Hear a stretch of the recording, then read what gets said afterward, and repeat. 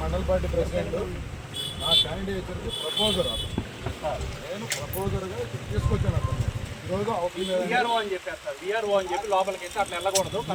మీరు ఏదైనా సరే ఎవరైనా సరే సిటిజన్ని మీరు ఎలక్షన్ డ్యూటీ చేస్తా లేదు సార్. ఆ మాట ఎలక్షన్ డ్యూటీ చేస్తా లోపల అంటే పొరపాటు కూడా అనలేదు సార్. ఆ మాట అనలేదు. లేదు సార్, వీళ్ళంతా మా స్టాఫ్ మొత్తం ఉన్నారు. అసలు ఆ మాట అనలేదు సార్. మిమ్మల్ని అసలు సార్ నేనేమన్నాను విఆర్ఓ అని చెప్పి వెళ్తే కరెక్ట్ కాదు సార్. కారుతో పాటు వెళ్ళేది నలుగురు అని చెప్పి బ్రదర్ ఒక మాట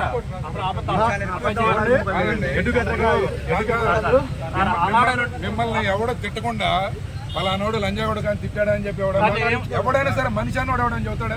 లేదు పొరపాటు కూడా మీరు 5 వెళ్ళొచ్చు, నేను ఒక్కడే వెళ్ళా. మీకేంది బాధ? అంటే ఈ రోడ్డు నడవద్దా? టాపిక్ లేదు సార్. ఎందుకంటే విఆర్ఓ అని చెప్పేసి కరెక్ట్ కాదని చెప్పి ఇతనితో పాటు ఇతను ఉన్నాడు.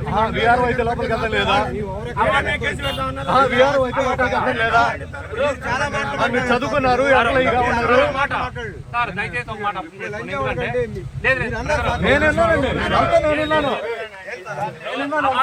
పొరపాటు కూడా మాట సార్ నేనేమన్నానంటే ఓపెన్గా చెప్తున్నాను సార్. దాచిపెట్టేది ఇతను విఆర్ఓ అని చెప్పి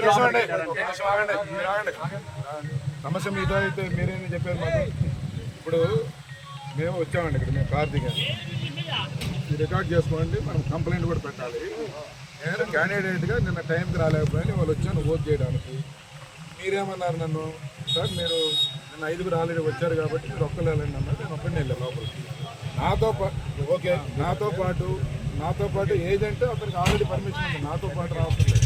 మా లాయర్ గారు ఆయన వచ్చాడు. ఈయన నేను ప్రపోజల్గా తెచ్చుకున్నాను. ఏది సెకండ్ సెట్ నామినేషన్ వేయడానికి ఒకసారి నామినేషన్ సెట్లో మా మండల పార్టీ ప్రెసిడెంట్ ప్రపోజర్గా నేను ఇక్కడ తెచ్చుకున్నా. కాకపోతే నేను వాళ్ళు ఓటు ఒకటే ఇద్దాం అనుకుంటున్నా, రెండో సెట్ నామినేషన్ వేయదలుచుకోవాలా. అందువల్ల అతను ఇక్కడ బయట నుంచోబెడితే మీ ఎస్ఐ నాగశివారెడ్డి గారు లంజాగూడగా నీకేం పని ఇక్కడ గుద్దం మూసుకొని తెంకాలంటే ఇక్కడ వస్తే లోపలేస్తానని చెప్పి బెదిరించాల్సిన అవసరం ఏంటి? లోపలికి వెళ్తానికి లేదా?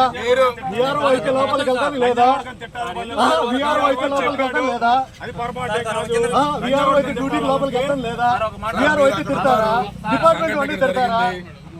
మేము ఎలక్షన్ కమిషన్ కూడా ఇప్పుడు రిప్రజెంట్ చేస్తాము. ఎస్పీ గారికి చెబుతాం, క్లియర్ గానే చెప్పారు. కాబట్టి మాట్లాడటానికి కూడా సార్ లోపలికి వెళ్తే కరెక్ట్ కాదు కదా. అది సార్తో పాటు ముగ్గురు ఆల్రెడీ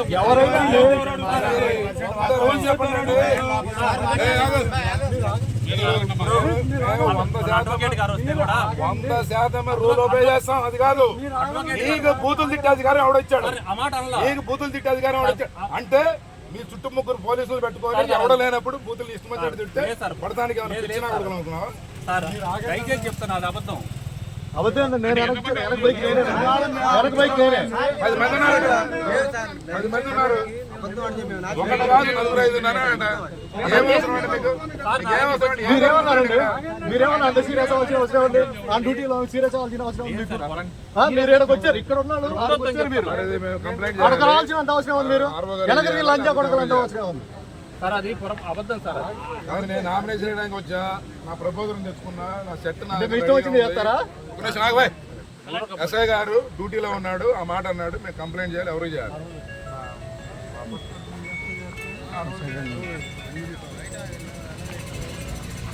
లేదంటే నేనే పెడతాను.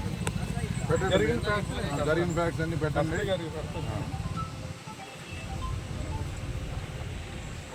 మనం ఇదంతా కమ్యూనికేట్ చేద్దాం. మీరు కూడా మీ తరఫు నుంచి పెట్టండి. మేము ఇక్కడ జరిగిన సంఘటన మేమంతా రిక్వెస్ట్ చేసి ప్రపోజల్ చేసి కంప్లైంట్ మీకు అప్పచెప్పాలి. Thank you.